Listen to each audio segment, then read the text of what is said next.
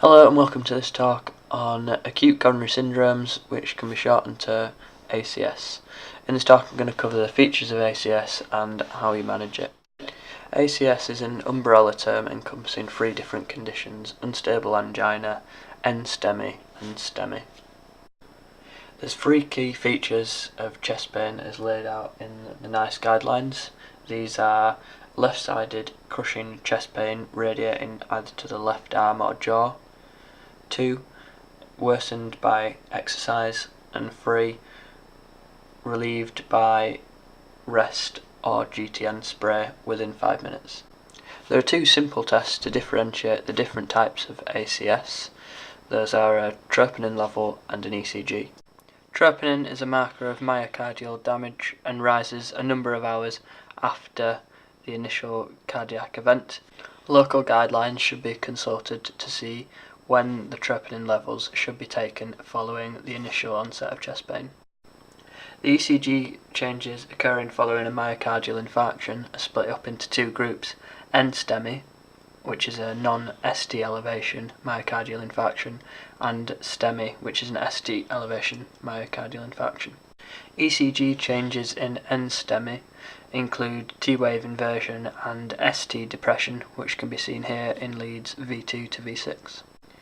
STEMI mainly involves ST elevation, but also new onset left bundle branch block. In this ECG there's ST elevation in the chest leads V1 to V4. Moving on to the management of ACS, the immediate management can be remembered with the acronym MONA. M for morphine with an antiemetic, O for oxygen if the patient is desaturating. The target oxygenation should be between 94 to 98%. Nitrates, which is either a GTN spray or a nitrate infusion. And A is for aspirin, given in 300 mg, and clopidogrel 300 mg as well. Following this, myocardial infarctions can either be managed with thrombolysis, breaking up the clot, or cardiac angiography, which usually involves the insertion of a stent. Stents come in two forms: drug-eluting stents and non-drug-eluting stents. The drug-eluting stents prevent the formation of a new endothelial layer and therefore reduce the risk of restenosis within the stent. However, there's an increased risk of thrombosis. The continuing therapy needed following a myocardial infarction can be remembered with the acronym ABCD. A stands for ACE inhibitors, which should be initiated within 24 hours of the myocardial infarction. B is a beta blocker. C is for cholesterol control.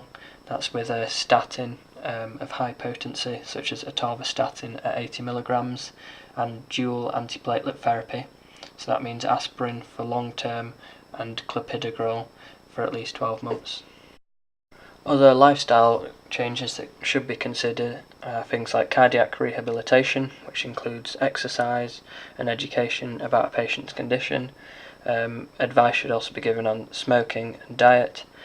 The final point I'd like to add about myocardial infarctions is that the DVLA should be informed and driving should be stopped for at least a month. I hope you've enjoyed this short video on the management of acute coronary syndrome. Thanks for watching.